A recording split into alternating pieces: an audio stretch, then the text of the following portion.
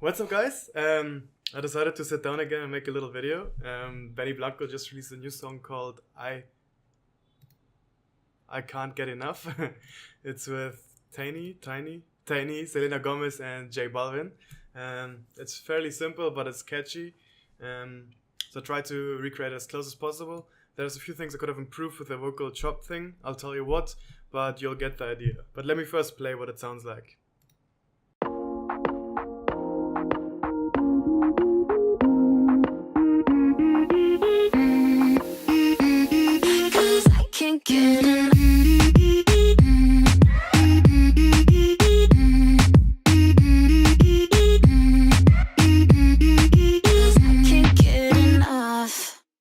Alright, so the only thing I did take from the original were the little vocal pieces, which is this. So without it, it just sounds the same, just doesn't have that transition.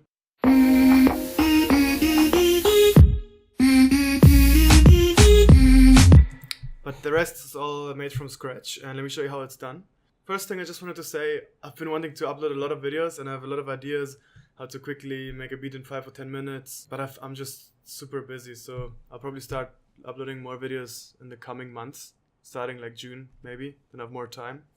But from the Louis the Child video I uploaded, a lot of people thought that the way I make my music is I just steal things from songs and shuffle them together, which is not true. It's possible, but obviously it's nice to do stuff from scratch. In this thing I show you how you could make something like the Benny Blanco song. And yeah, let's get started. So you have a simple 4x4 kick. Nothing special, just supposed to pump. Feels a little rounded off, but let's get to the vocal chops. This is the melody. I've got 2 layers, but let me first show you what the sound sounded like first. I know I've got a lot of effects on it. I'll just try to recreate it as similar as possible.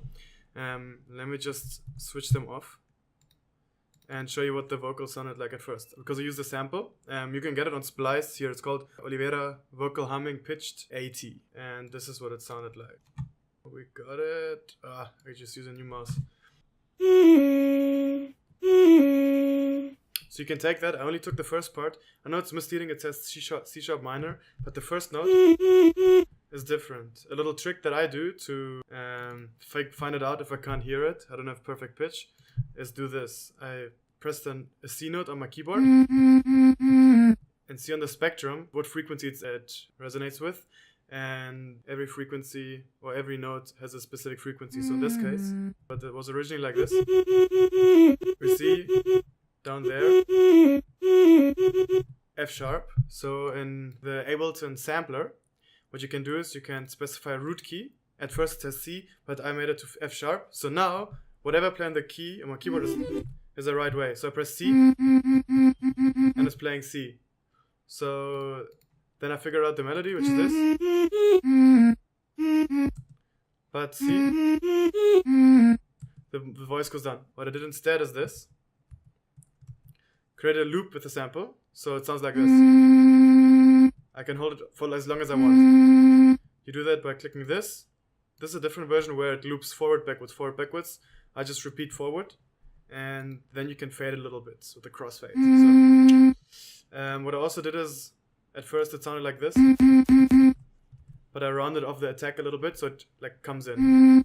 If I make it more extreme, you hear how it only comes like late, slowly. And those are all my effects. With the effects together, it turns from this to this. So what I did is chorus to make it thicker, add a few voices. I saturated it. It gives it more punch. 2 compressors, basically just to even the volumes a little bit. Probably a little unnecessary, but it stands out better. Then there's a really, really cool effect that you can do in chorus. If you look here, I've switched up the dry wet knob every time that long note hits. And without it, the long note sounds like this. More straight. With it, it sounds like this. It wobbles. If I quickly apply the effect to everything, you'll hear it better. Let me make it more extreme, the effect. So basically, pitch modulates very quickly and slightly, subtly. So you get that cool wobble effect. And I only did it on the long note here. So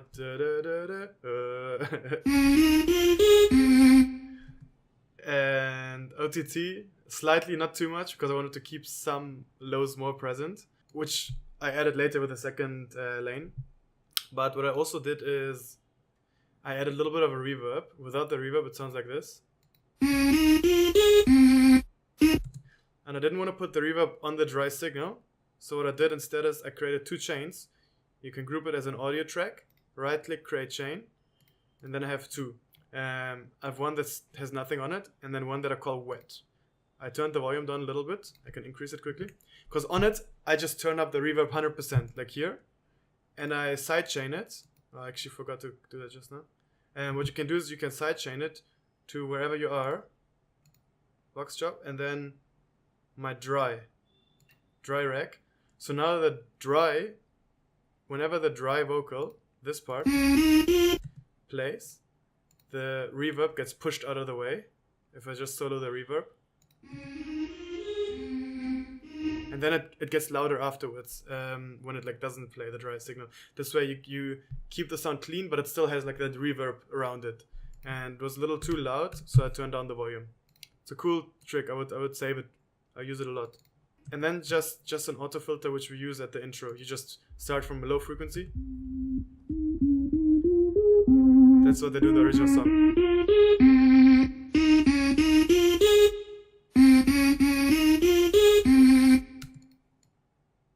Alrighty. Quick thing to mention, I also sidechained it to the kick. So whenever the kick plays, without it, with the kick, if I make it more extreme. Alright. The second one is basically the same. All I did is I increased the OTT, switched it to full amount. What you could usually do is cut out some frequencies from the other one and some of the second chop so that they mix better together, but I thought it sounded just fine. Another thing I changed with the second layer is instead of just having them in one ear, I had them more to the right and the left side. And this is a cool effect. I got it from a YouTuber called Julian Earl, I think. It's called the Haas effect. And you also create 2 chains. One you pan all the way to the right, one all the way to the left. And together, they should play at the same time, but what you do instead is add a little simple delay, so that the one of them, as you can see here, is delayed just slightly, as you can see, by 15 milliseconds. If I increase it, you'll hear it, like below. So just slightly makes it more full, because they don't play at the exact same time. And without. With. And now with the main vocal chop. Done. That's how I made the chop, which is probably the main part of the song. The bass, simple sub bass, I increased the upper frequencies a little bit to make it stand out when you listen to it on a phone or something. But this is the bass.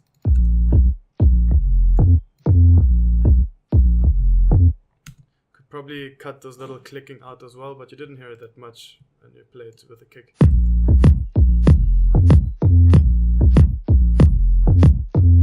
Yeah, all I have is sidechain it to the kick as well, so that it moves away when the kick plays.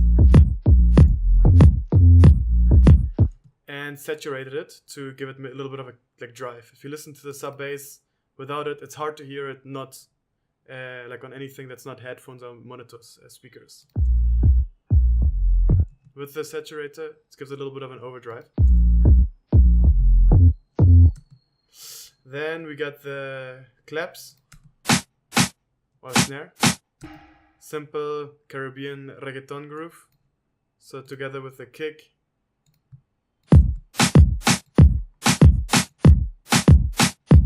Yes. And then at the end it fades out a little bit when the voice comes in. With an auto filter, as you see here. Okay, I could have used the same filter for it, but at the beginning of the song, they also play, but they play filtered out.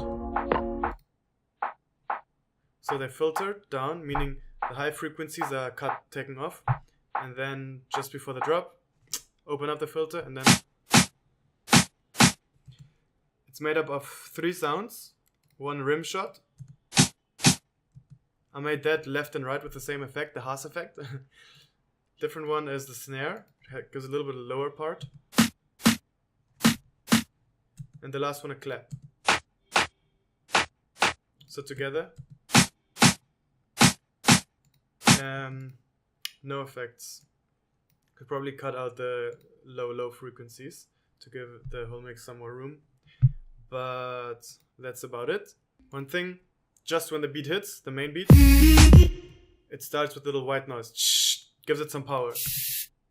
What I did is, I just found a random riser. I think this is from this Cymatics pack. I believe you can get it for free. It's called House White Noise Up. But you can simply do it in any plugin as well. Create your own white noise. And it was originally this. It was building up like this. Sound like this. What I did is I added a sidechain compressor so that it moves up when it builds up, which it does in the original as well if you listen to it. Done. So in the mix.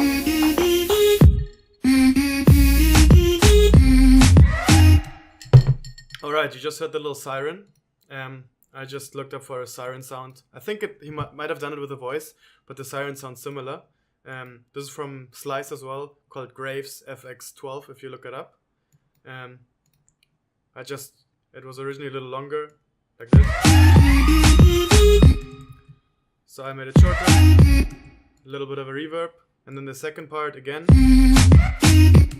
a shorter version, and I pitched it up a little bit just to make it sound right. That's about it for the main beat. The other thing that stands out a little bit is just before the beat drops, it has these Rhodes and some Foley over the kick.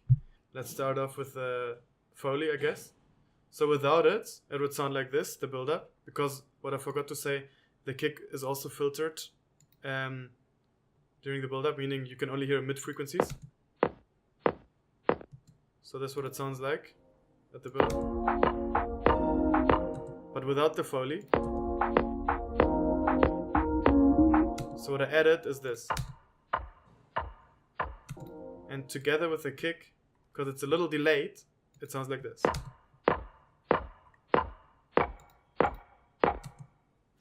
And I just realized I forgot to keep it on the same level, sound-wise.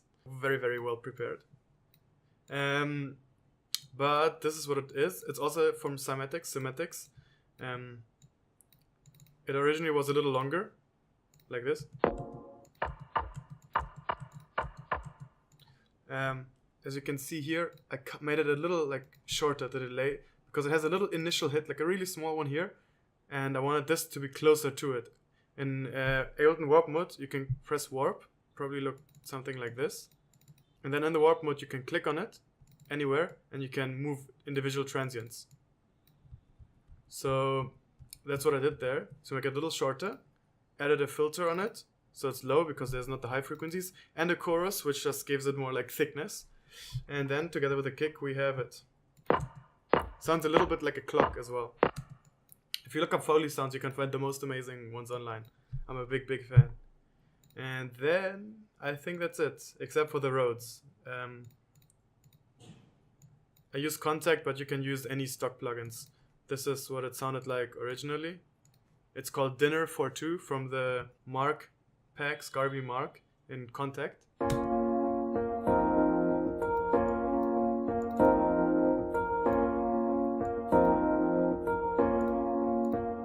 So I put a filter on it and it opens up slowly, as well as a reverb to make it more soft and fill out some space, I guess. Here, move it up a little bit, and then for the last bar, it goes down to give room for the voice just before the drop. That's about it. Let's listen to it all together again, now that you know how to make it. And get ready. 3, 2, 1, go.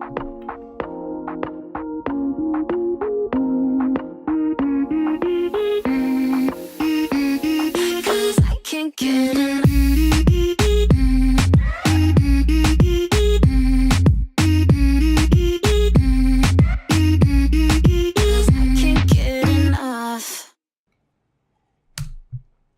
thank you for watching this. I'm planning on making more videos like that. Try to get a little closer to the original sounds as well, because there are a few things that were missing with my chop, I would say. For example, it's all just one sample. What you can do instead is, for every note, use a slightly different hum.